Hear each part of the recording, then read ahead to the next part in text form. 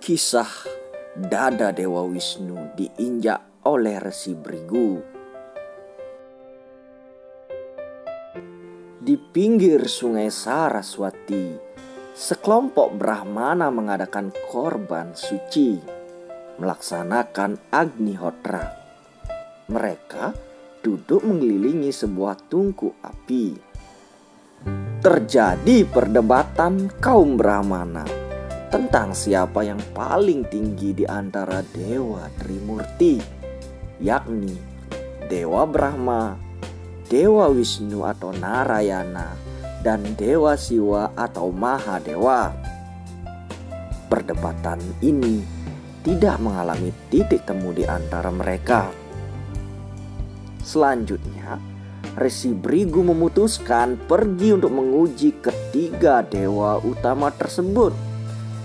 Pertama-tama, ia menemui Dewa Brahma yang merupakan ayah Resi Brigu.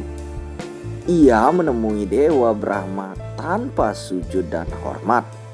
Menemui orang tua wajib hukumnya untuk bersikap hormat. Brahma menjadi murka. Namun, Dewa Brahma mampu mengendalikan kemarahannya. Keningnya tampak cahaya menyilaukan. Resi Brigu pada saat itu pergi meninggalkan ayahnya.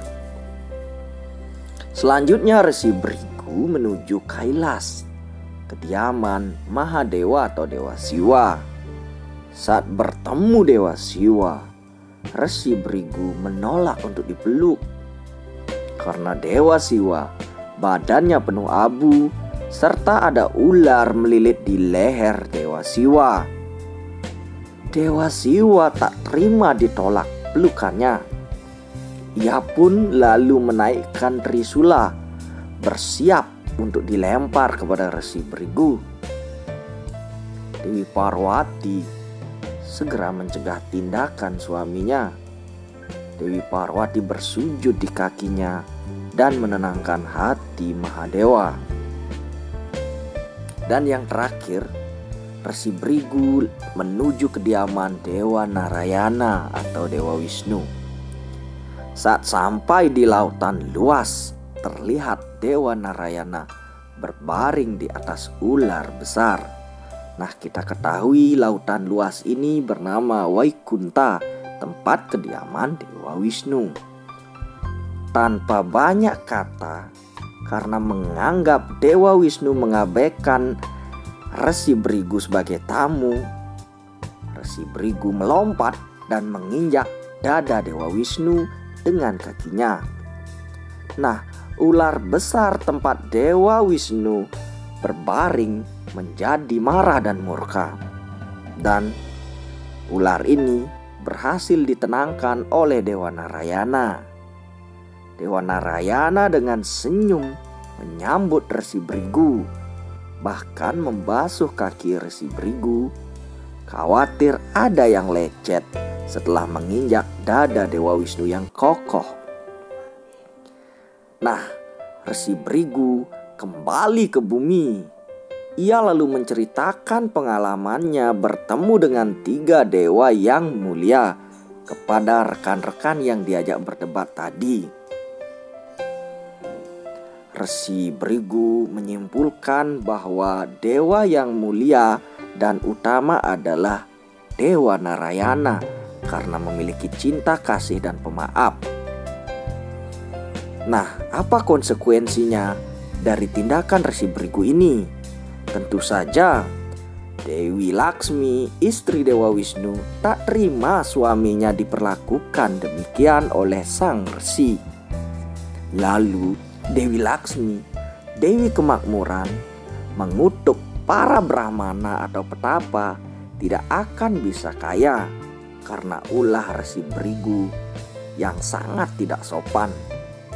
Nah, itulah kutukan dari Dewi Laksmi yang membuat para Brahmana tidak akan pernah bisa kaya di dunia ini, karena mereka harus menjalankan tugas secara tulus dan ikhlas.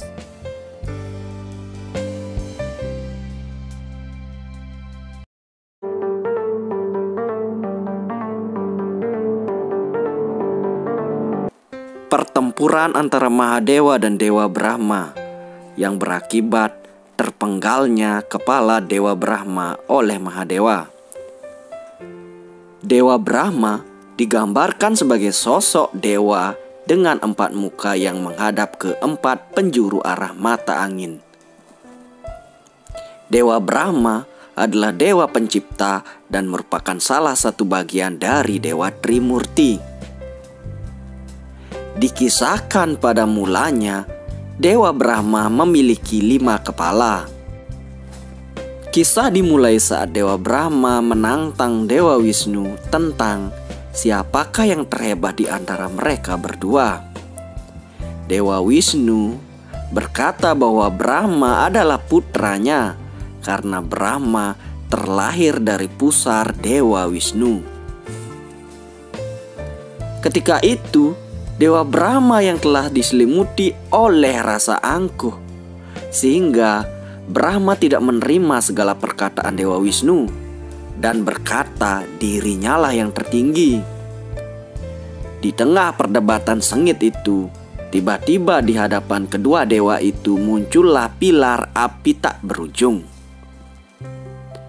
Dewa Wisnu dan Dewa Brahma sepakat bahwa siapapun yang berhasil menemukan ujung dari pilar ini, maka ia akan disebut Brahman tertinggi.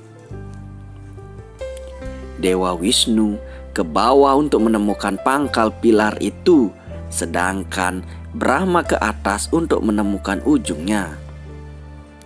Selama beberapa tahun, mereka berdua tidak menemukan pangkal dan ujung dari pilar api ini.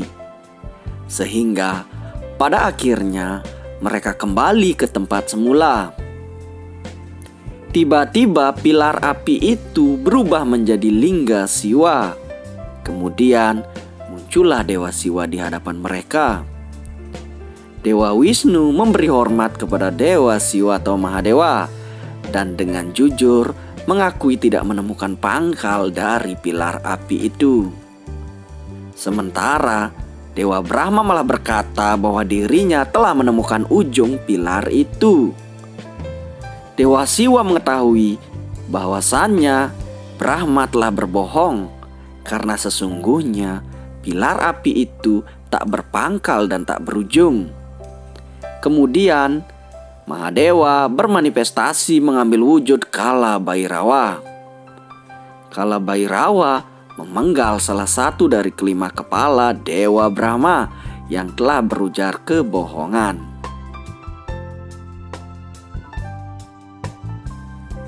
Dewa Brahma kemudian sadar akan kesalahannya dan memohon maaf sambil memuja Dewa Siwa. Setelah kejadian itu, Dewa Brahma hanya memiliki 4 kepala yang disebut dengan Catur Muka Brahma.